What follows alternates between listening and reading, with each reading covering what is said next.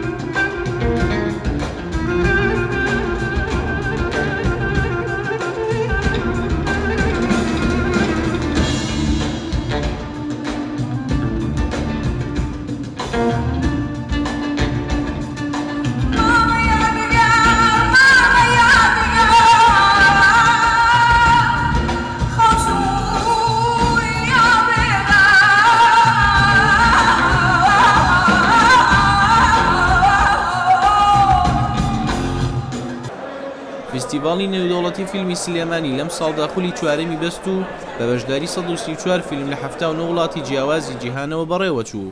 ڕێباز مەجید، دەنگی ئەمریکا، سلێمانی. چەندین ساڵە سەرقاڵی دروستکردنی عودە و موزیک دەژەنێت. دوا بە دوای شکستی دەوڵەتی ئیسلامی داعش لە شاری موسڵ هێدی بەهرە و توانستە جوانەکان دەردەکەون. کاوە عومەر بۆ زایڵە سەردانی ئەیاد ئیسماعیلی موزیک سازی بۆ کردین و ئاشنای کردین بەکارە جوانەکانی. بۆ یەکەم جارە کەسێک داهێنانەکە سەیر دە ئامírێکێ موزیکێ دادکەتن و تێدا سەرکەویت. ئەیات ئیسماعیل و تەمەنێوی زێدەتری 65 ساڵانە و زێدەتری ساڵێکەیە مژیلی دروستکردنا عودێکێ بوو و ji parçên plastîkî pêkhatîn û zêdetî 1200 parçan bi xwe ve digirîtin. Sererayî Eyadî çi bawername nînin di biyavê zanistên endaziyarî de, belê ev ode bi şêwazekê endaziyarî durust kiriye û nexşên sirinçrakêş tê de çêkirîne. Xoşbextane em li demê qoynaxa dawiya durustkirina evê odê gehiştîne mala Eyadî. Demê bi dawî înay çend awazek ji folklorê Mosilê bi destên xwe jenîn.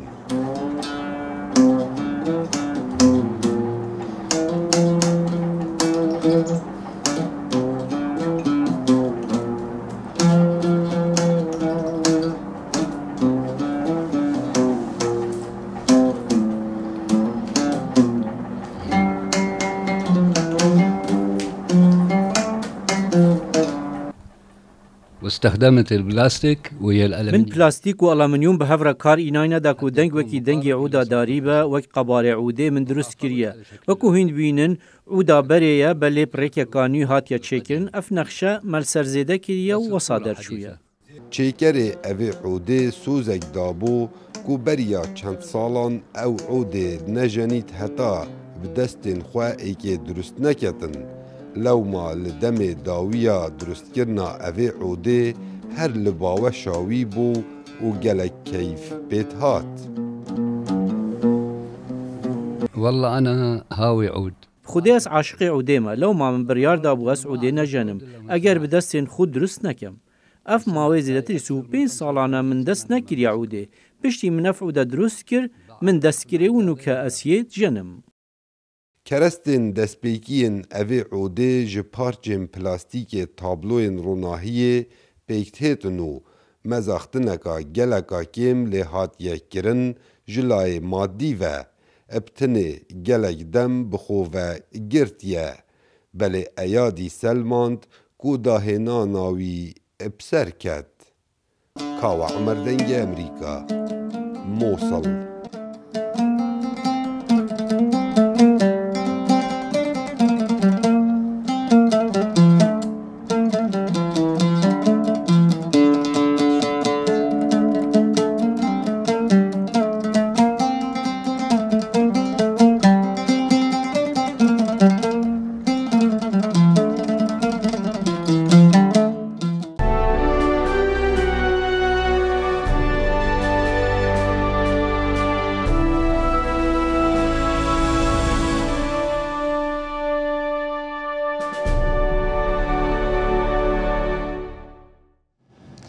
خانمەکان خۆیان دەڕازێننەوە و بە پێی پەتی خۆیان دەکەن بەناو هێشوەتریەکاندا و چەندین ساڵە هەر بەو شێوازە نەریتیە شەراب دروست دەکەن و عاشقانی شەرابیان سەرمەست کردووە لە کریمیای ئۆکرانیا.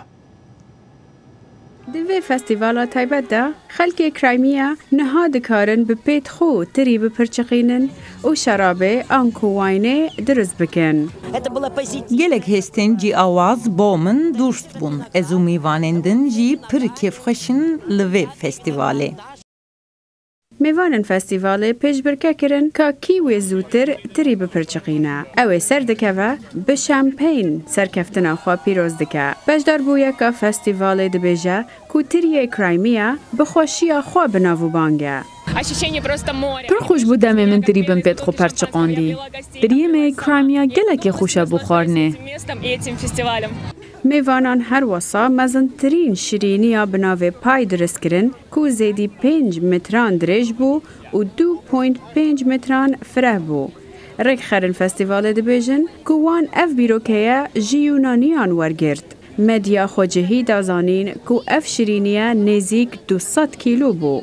Festîvala waynê ya Krîmiya ji aliyê desthilatdarên xwecihî hat damezrandin da ku şeraba xwe ya taybet pêşkêşî xelkê bikin.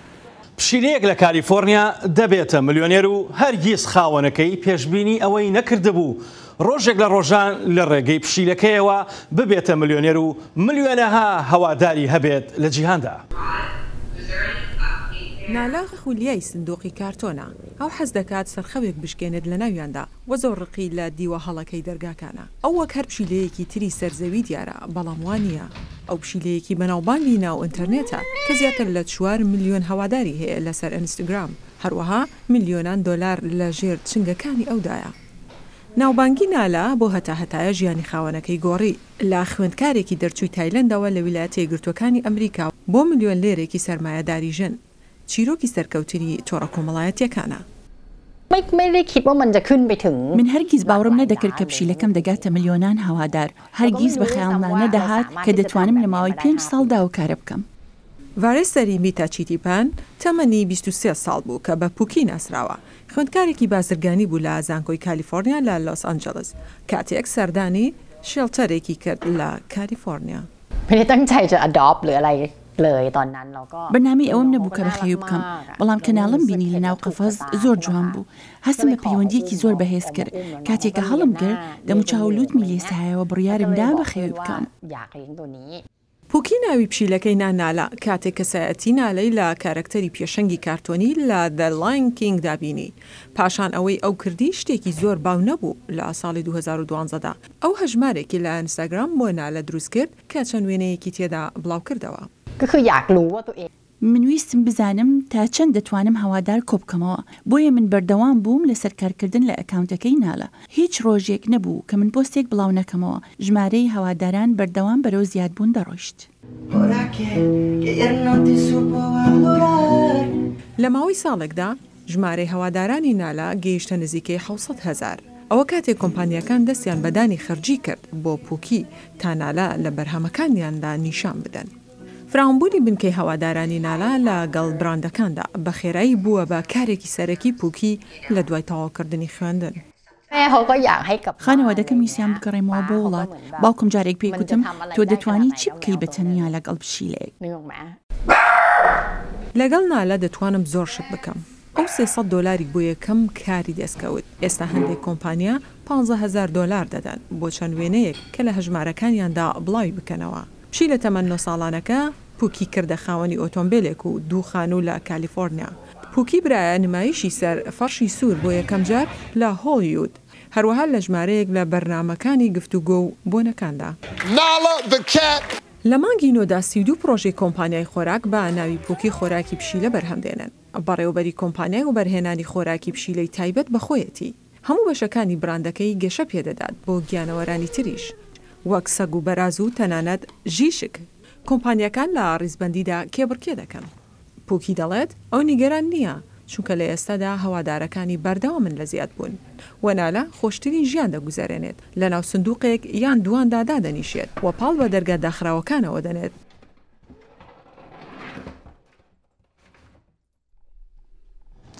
ئیتر پشیلە بۆ سپڵەیە مەرگ تاکە شوێنێکە بەخۆی و حیکایەتەکانیەوە دەڕوا تەنها ژیان دۆستی فریایی مرۆڤایەتی دەکەوێت.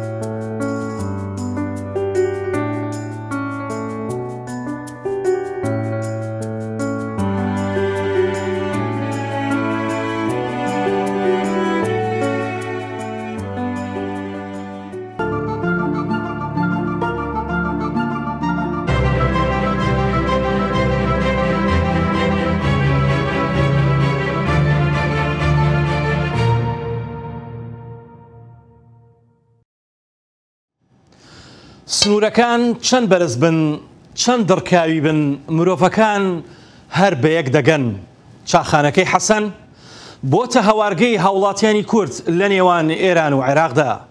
تەنها لەم هەوارگەیە سنوور بوونی نییە و بۆتە ناوچەیەکی گەشتیاری لە نێوان دوو دنیای جیاوازدا. حەسەن مەرزی تەمەنی نزیکەی 80 ساڵە، چاخانەیەکی لە نێوان سنووری عێراق و ئێراندا داناوە کە ڕۆژانە چا بە دراوی عێراقی و ئێرانی دەفرۆشێت، بووەتە جێگەی سەرنجی گەشتیاران. بەڵێ بەیانی سەعات دەستی پێەکەم تا 6 وارە بیارە و تەگەڵ ئەمانە تێن لێرە چایەوە خون و ئەڕۆن. ئەمە سەیرانگایە پێڵێن ئەمە بینی عێراق و ئێرانە، ئەو بەر عێراق و ئەم بەر ئێران. من جەمە ماڵەکەمانە با خۆمانە ماڵ خۆمان. شایە بە ئێرانی 1000 تەمەنی و بە عێراقی 250. جۆگەیەکی ئاودێری 40 سانتیمی کە لەتێکی عێراقە و لەتەکەی دیکەی ئێرانە بە ناوەڕاستی چاخانەکەی حەسەندا دەڕوات. گەشتیاران سەردانی دەکەن و وێنەی تێدا دەگرن بە شێوەیەک هەر بەشێکی جەستەیان لە سنووری وڵاتێکدایە. ئەمڕۆ لە سلێمانیەوە هاتین بەرەو هەورامان بە مەبەستی گەشتێکی پاییزی جوان، بەڕاستی شوێنێکی جوان و خەڵک هەمووی سەردانی ئێراکە. کاتێ هاتینە ئێرە سێرەکەین چاخانەیەک هەیە کە سنووری عێراق و ئێرانە. بەڕاستی شتێکی جوانە، شوێنێکی خۆشە کە ئەوەش لێرە هەیە، جوانتری کردووە ئێرە. گوڵپێندێ هاوڵاتیانی ئێرانیش بۆ چاخواردنەوە دێنە چاخانەکەی حەسەن. دەشڵێن هەندێک جار لە ڕێگەی چاخانەکەی حەسەنەوە پێداویستەکانیان لە عێراق دەکڕن. بەڵا ئەمە ئێرانە، ئەمە ئێرانە، ئەمە مەرزی ئێران و عێراقە. ئەمە با خێمەیە ناوی دەرەگوڕیشەیە. دەرەگوڕیشە ماڵێک مایە لە هانەگەمە، ماڵێک مایە لە باخە، ماڵێک مایە لە مەریوانە. هەڵەبجەوەیە لە سلێمانیەوە، لە کەرکووکەوە، لە هەولێرەوە چایە خۆنەوە، چایە خۆنەوە، گوێزەکردن، گوێزەکردن، هەند گوێنەکردن، هەند گوێنەکردن، دۆشاوی تووەکردن، دۆشاوی هەنارەکردن. حەسەن ئێستا کە نازناوی مەرزی لێنراوە، ڕۆژانە چاخانەکەی دەبێتە جێگەی حەسانەوەی هاوڵاتیانی دوو وڵات کە هیچ کامیان ناسنامەی وڵاتەکەی خۆیان پێویست نییە بۆ سەردانیکردنی چاخانەکە. فەرحان هەورامانی، دەنگی ئەمریکا، خاڵی سنووری نێوان عێراق و ئێران، هەورامان. جەنگەکان چەند ترسناک بن، کۆمەڵکوژیەکان چەند بە ئازار بن و پڕ لە نەهامەتی بن، ناتوانن فەرهەنگ و زمان و موزیک و سەماینەتەوەکانی دنیا لە ناوبەرن. کۆمەڵگەی پۆڵەندیەکان لە دوای دوو جەنگی جیهانیەوە کۆش دەکەن بۆ فەڕەنسا و هێشتا سۆزی نیشتیمان و فەرهەنگەکەیان بە جوانی ماوەتەوە. کۆمەڵگەی پۆلۆنیەکانی فەڕەنسا 100 ساڵ لەمەوبەر یادی کۆچەریبوونی خۆیان دەکەنەوە پاش هەردوو جەنگی جیهانی سەدەی پێشوو. پاش 100 ساڵ کۆچکردن بەرەو ئۆردوگای ناردپادی کالاس، کۆمەڵگای پۆلۆنیەکان لە کۆتاییەکانی جەنگی جیهانی یەکەمدا هێشتا کۆمەڵگە و فەرهەنگی پۆلۆنیەکان وەکو خۆیان پاراستووە. ئەم چێشخانەیە یەکێک لە نەوەی کۆچبەرەکان دەیبات بەڕێوە، هێشتا نەریت و فەرهەنگی خۆیان و سەما و گۆرانیەکانیان وەکو خۆی هێشتۆتەوە.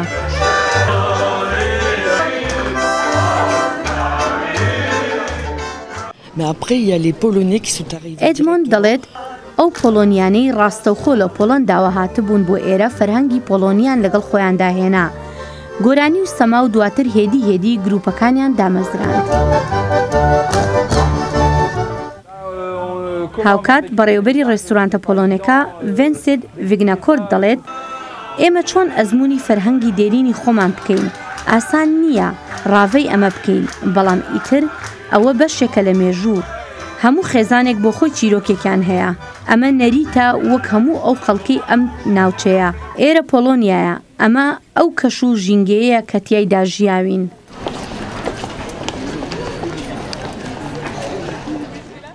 تام سەروەختە نزیکەی 5,000 کیلۆمەتری بڕیوە و بەنیازە تەواوی ئەمریکا بەپێ تەی بکات لە پێناو ئاشتی و خۆشەویستیدا بە هەر شوێنێکدا تێدەپەڕێت یادگارێکی جوان لە لای هاوڵاتیانی ئەو ناوچانە بەجێ دەهێڵێت. Kişey Budistiye ji Taylandê xwedê armancekî di çar mehên borî de ji bo aştiyê li serenserê Amerîkayê bi ninga rêwîtî kir. Rêwîtiya hecê ji bo min rêya ramyariye. Heke ez rêwîtiya xwe bo teşwîqkirina aştiyê bikim, ew ê bo berjewendiya herî pitiriya kesan bibe. Di heman demî de ew ê rêya min di cihên ku mirov bi gelemperî keşîşekî nabîne derbas bibe. Ev jî derfeteke ku hişmendiya Budizmê belav bibe. Pirasatam Natetong piştî siyasetmedariyek demdirêjiya li Taylandê keşîştiya Budîstî ve kiriya aştî û ronakbiriyê bijartiye. Biryara meşa di nav Amerîkayê de tenê gavek pêşiya rêwîtiya wî ya giyanî bû. Wî di adarê de ji Santa Monica, Kaliforniyayê dest pê kir û biryar da ku ji rêgeha dîrokî ya rêya 66 ku ji 8 eyaletan derbas dibe bimeşe. Gotara rêwîtiya wî bala Amerîkiyan kişand ku piraniya wan heta niha tu carî keşîşek Budîst nedîtibûn. Wekî Spencer Johnson, şarederê Lexington, Illinoisê.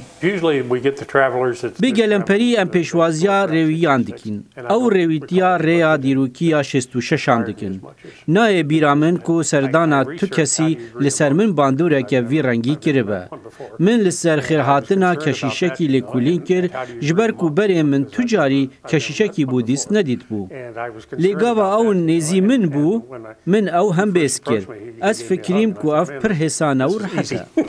Karen Wingo xwediyê firoşgehekî ya li Lexingtonê dibêje ku wê dikana xwe zû girtiye da ku ew xwe bigihîne Pirasûtham ku biaxife.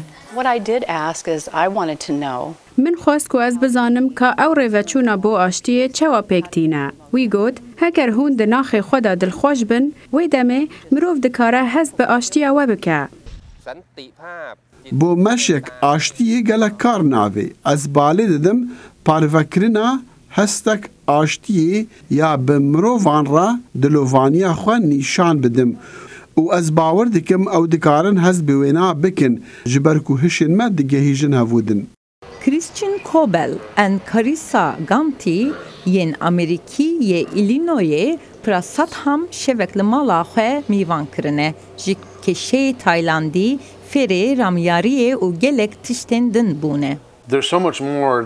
Gelek zêde tişt hene ku em dikarin ji hevdû rêddilovaniya mirovahiyê bikin. Ev nûnertiya vê dike û ev pir baş e. Hêvîdarim ku dema ku derfetên gelê me hebe ku wî bibin ev peyamê ji wê bigerin. Rastiya ku ew vê rêveçûnê li Emerîkayê pêktîne, ev tê wê wateyê ku ew di xema me daye. û li gor min, ev ji min ra nîşan dide ku mirovên ji çandin cuda di xema hevdû dane. Di dawiya hezîranê de ew gihîşt bajarê New Yorkê. Pirasûtham dibêje ku ew hêvî dike ku rêwîtiya wî alîkariya her kesê bibe ku ew bikaribin gavên xwe bavêjin, mezin an piçûk, da ku cîhana xwe biguherînin. ئەوانەی دڵی خەڵک خۆش دەکەن ڕەنگە خەمبارترین مرۆڤی دنیا بن. ساڵانە لە ئیتالیا فیستیڤاڵی نێودەوڵەتی لێبۆکەکان واتە موهەڕیجەکان لە ئیتالیا ساز دەکرێت. خانمێکی لوبنانی دڵی ئەو مناڵە پەنابەرانە خۆش دەکات کە جەنگ ڕۆح و دەرونی وێران کردوون.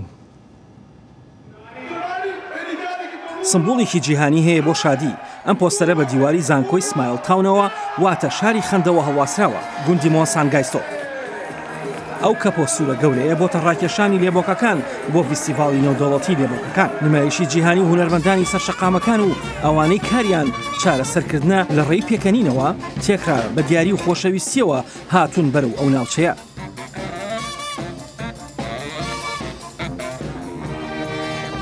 زیاتر لەوەی کە بەسەربردنی کاتێکە لێبۆکەکان دەڵێن هەر پێکەنین خۆی بۆ خۆی ئاهەنگگێڕانە بۆ ژیان.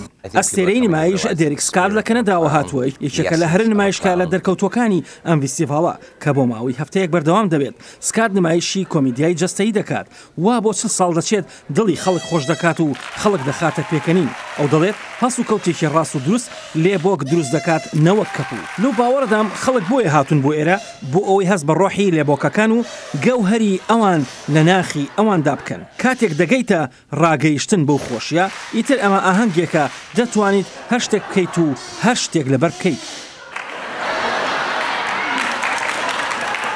خەڵکەکە ئامۆژگارێکی سکاتیان بە هەند وەرگرتووە و پێکەوە لە ناو پەرشبوونەوەی ڕەنگە پاستیلەکاندا سەما دەکەن. بەڵام فیستیڤاڵی لێبۆکەکان تەنها بڵاوکردنەوە نییە بەڵکو بنیادنانەوەی ڕۆحی شادی بەخشی بوونەوەیە. ئەم ساڵ میوانێکی تایبەت ئامادەی فیستیڤاڵەکە بوو و ئەو کەسەی کە نمایش بۆ ئاوارەکانی کەمپەکان دەکات بۆ مناڵان لە لوبنان و ئوردن و گریک و مەغریب و بەڵکان. سابین شەکیر نمایشە لیبۆکیەکانی ساز دەکات بۆ کەمکردنەوەی ئازارە سۆز ئامێزەکانی جەنگ. ساڵی پێشوو لە داڤۆس وتەیەکی لە مونتەدای ئابووری جیهان پێشکەش کرد. بەم دوایانەش قوتابخانەیەکی لێبۆکی لە بەیروت دامەزراندووە داوای لە پەیمانگەی نەدەوڵەتی کرد کە لێکۆڵینەوەیکی زۆر ڕەش بکەن لەو بارەیەوە. هەروەها ئەو هاودامەزرێنەری کۆمپانیای شانۆی لێبۆکی منە و دەڵێت من لێبۆکێکی مرۆڤ دۆستم و دەچم بۆ ناوچەکانی جەنگ و ململانیەکان و ئەو کۆمەڵگەیانەی کە بێبەشن نمایشە لێبۆکیەکانی خۆم پێشکەش دەکەم لەگەڵ خەڵکدا وەک لێبۆکێک کار دەکەم و وان لێ دەکەم لێبۆکەکەی خۆیان بدۆزنەوە و لەبەر ئەوەی هەست بەوە دەکەم لە ڕێی ئەم شێوازەوە کە من هەمە بەلای کەمەوە دەتوانم لە پێناو مافەکانی مرۆڤدا لە ئێستادا و ئێمەی مرۆڤ لە ئێستادا بەرەو چۆ دەڕۆین نمایش بکەم. لەبەرەوەی پێکەنین یەکێکە لە مافەکانی مرۆڤ و وەک خواردن و داڵدەدان گرنگە. لەسەر وەختی فیستیڤاڵەکەدا سابین سەردانی قوتابخانەکان دەکات و بۆ مناڵەکان دەدوێت سەبارەت بۆ خێزانانەی کە سەردانی کردوون و ئەوانەی کە ناتوانن بگەڕێنەوە بۆ ماڵ و زادگەی خۆیان. ئەم ساڵ زیاد لە 20,000 کەس سەردانی ئەم فێستیڤاڵیان کردووە. لەو باوەڕەدام خەیاڵ تاکە شوێنێکە کە تیایدا دەتوانی کۆشش بکەیت لە پێناو پرسی چاکە و خراپە و مرۆڤ دۆستی و نامرۆڤایەتیدا. برنت وەکس وا دەڵێت ئەوەی لە ژیانی ڕاستەقینەشدا ڕوودەدات تەواو پێچەوانەیە تا زایڵەیەکی دیکە و کەڤاڵی خەم و جوانەکانی دنیا ماڵەوە.